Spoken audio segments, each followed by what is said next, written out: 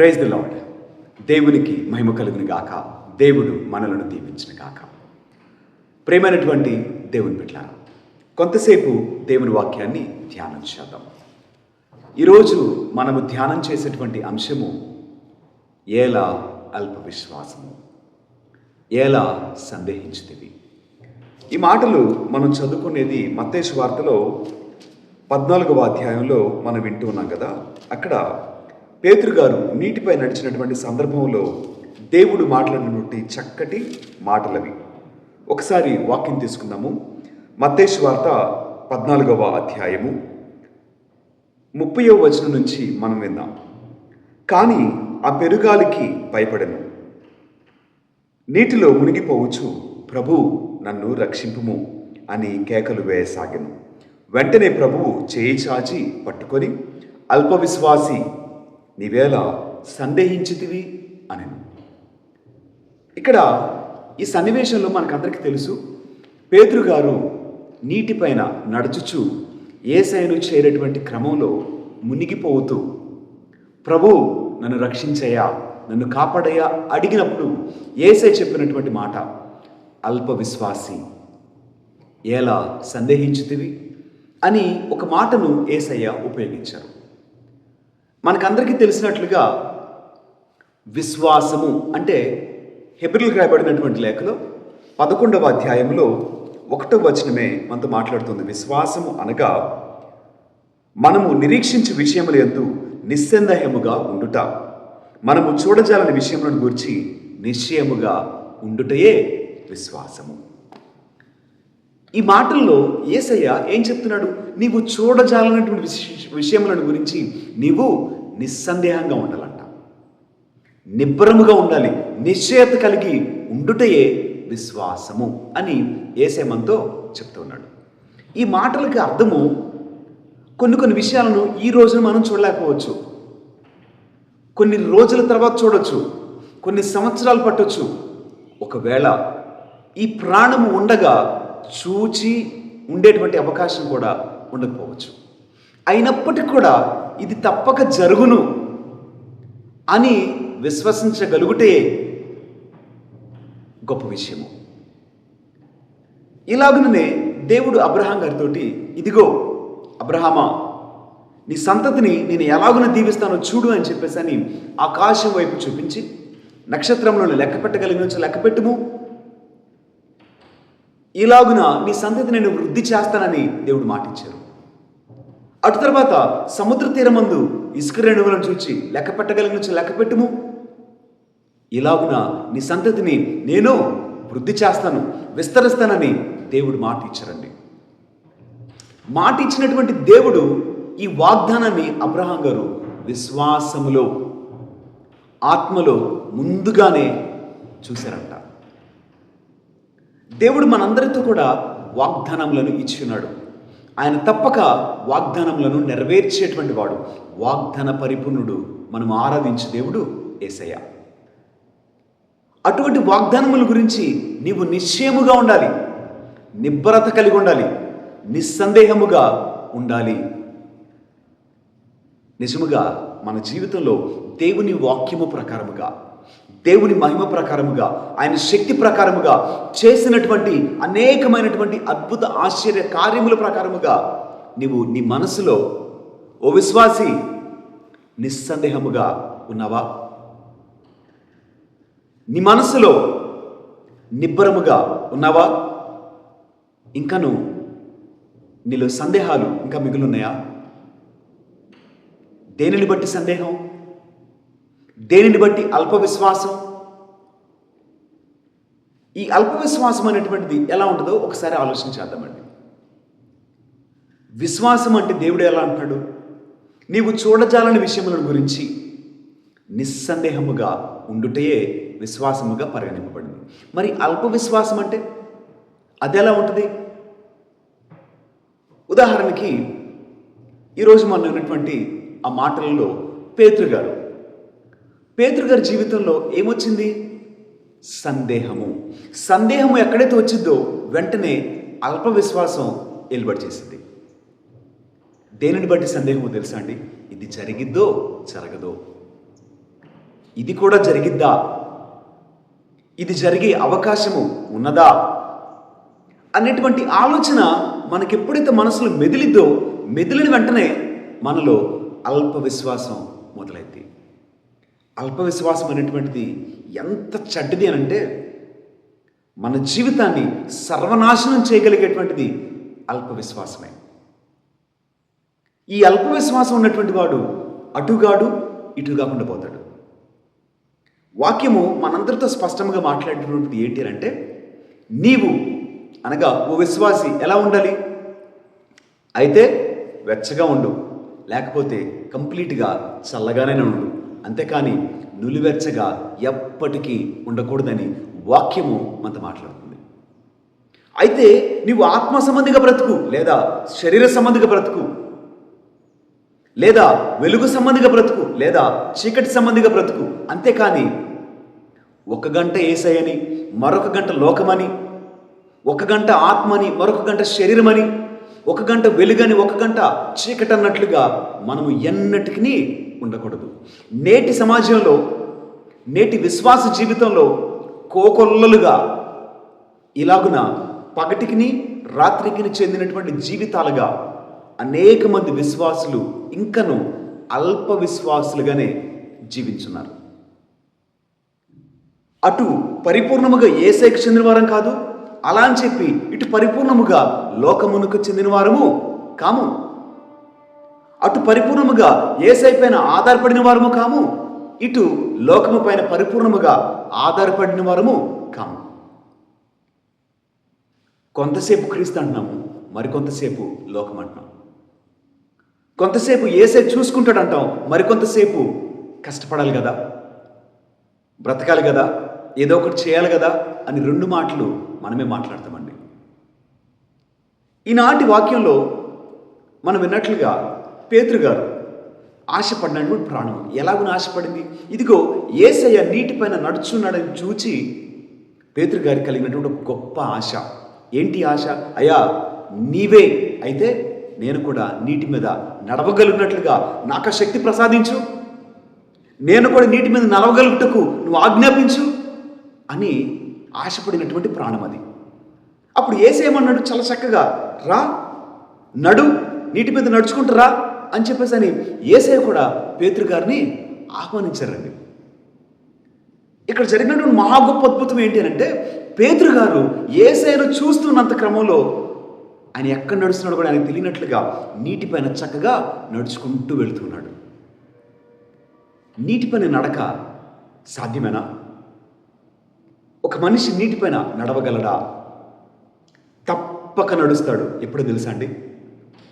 ఈ శరీరంలో ఎప్పుడైతే బరువు ఉండదో, ఎప్పుడైతే ఈ శరీరంలో పాపము లేదో, ఆ పాపపు భారము నీ జీవితంలో కొట్టివేయబడిద్దో, అప్పుడు నీవు తేలికగా నీటిపైన నిశ్చయముగా నడవగలవు. నిన్ను ముంచగలిగినటువంటి భారము నీళ్ళు లేదు కదా, నిన్ను కృంగదీయగలిగినటువంటి బరువు నువ్వు మోయట్లేదు కదా, మరి నీటి మీద ఎందుకు నడవలేవు? ఇక్కడ పేతురు గారు చేసినటువంటి ఒక మంచి పని ఏంటో తెలుసా? యేసయ్యను చూస్తూ ఉన్నారండి. ఏమండి, యేసయ్యను చూస్తే ఏ మనిషి పాపం చేస్తాడు?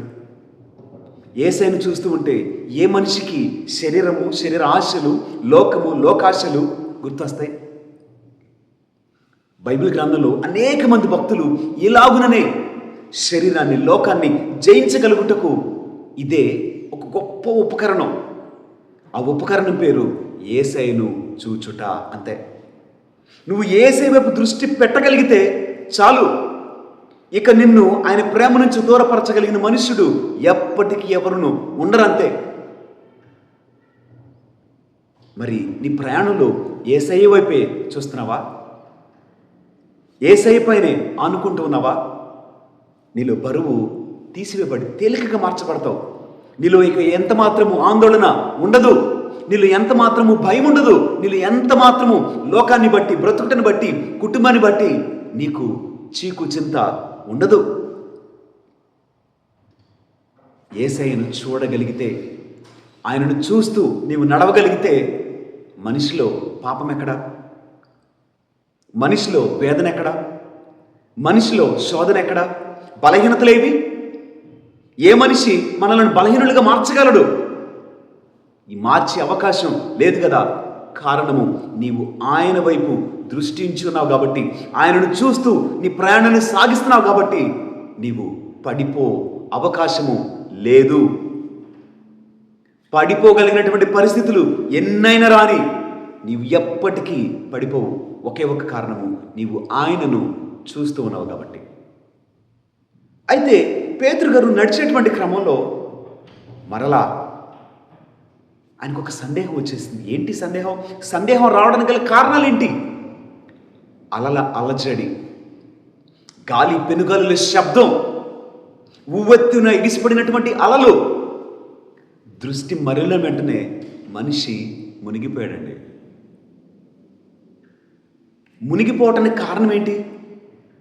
సందేహాలు సృష్టించబడ్డాయి. అలజడులు నీపైకి వస్తున్నట్లుగా భ్రమను కలిగించాయి. ఈ అలలు నీపైన విజయం సాధిస్తాయన్నటువంటి ఒక అలజడి నీ మనసులో కలిగింది కాబట్టే, పెనుగాలుల శబ్దం నీలో ఆందోళన కలిగించింది కాబట్టే దృష్టి మరలింది. లేకపోతే అవకాశం ఉందా?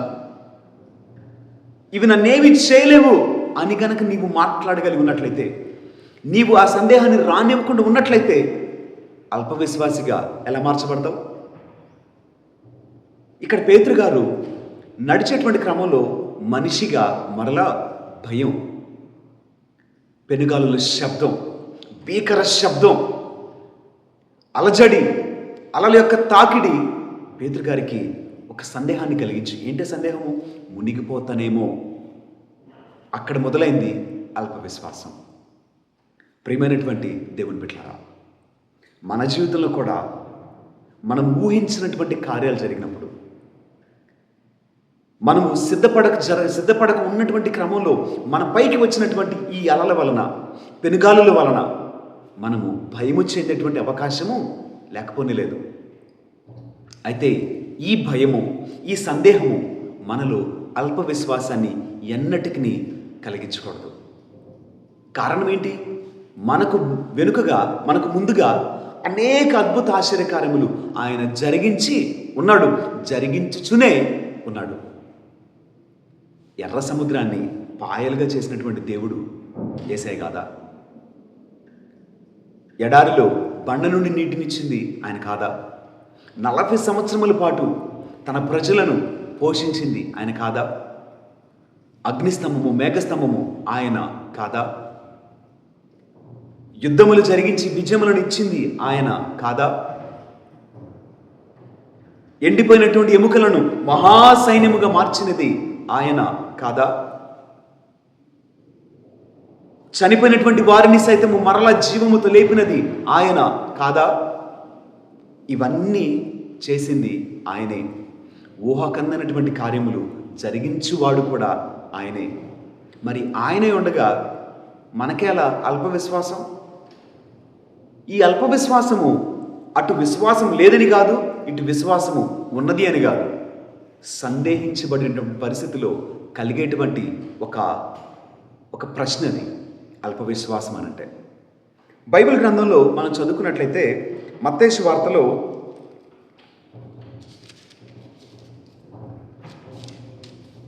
15వ అధ్యాయంలో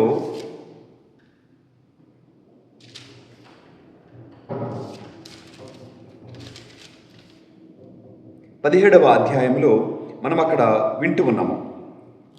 19వ వచనం నుంచి చదువుదాము. శిష్యులు యేసుతో ఏకాంతముగా ఆ పిశాచమును మేమేలా పారద్రోలలేకపోతుమి అని అడిగిరి. యేసు వారితో, మీ అల్ప విశ్వాసమే అందుకు కారణము. ఆవగింజంత విశ్వాసము మీకు ఉండిన ఎడల ఈ పర్వతముతో నీవెక్కడి నుండి తొలగుము అని పలికినచో అది అప్పుడే తొలగిపోవును.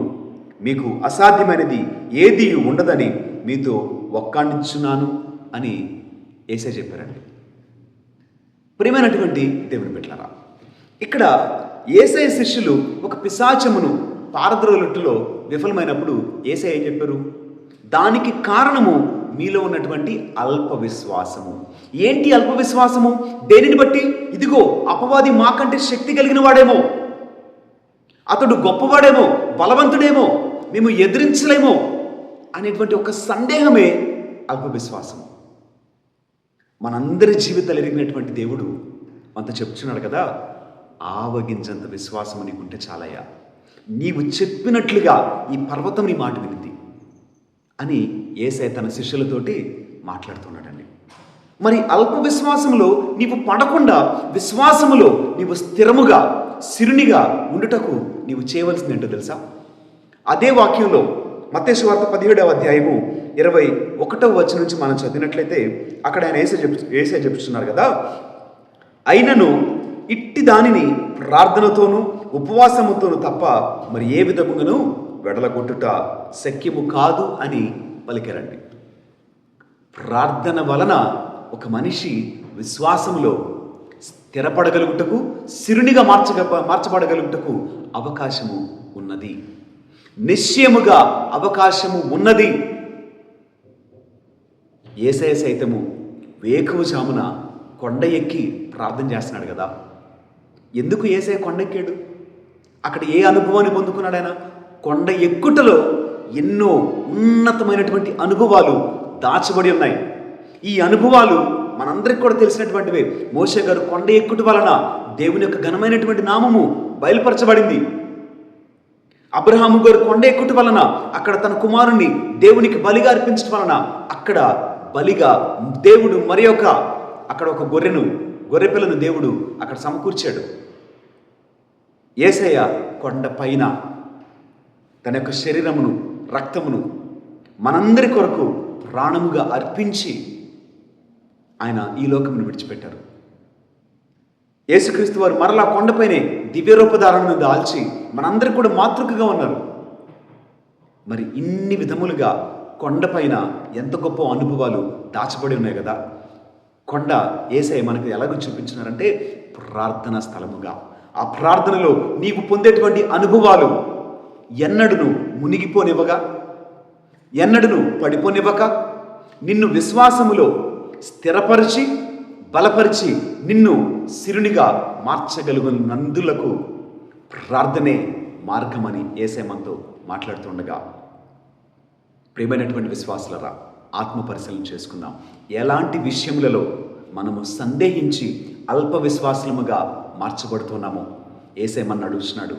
ఎలా నీకు సందేహము, ఎలా అల్ప విశ్వాసము అని మనల్ని అడుగుచుండగా ఆత్మ పరిశీలన చేసుకుంటూ ప్రభు సన్నిధిలో ప్రార్థన చేద్దాం.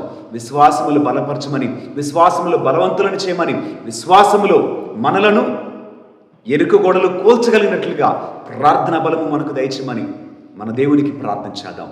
దేవుడు మనలను దీవించును గాక. ఆమేన్.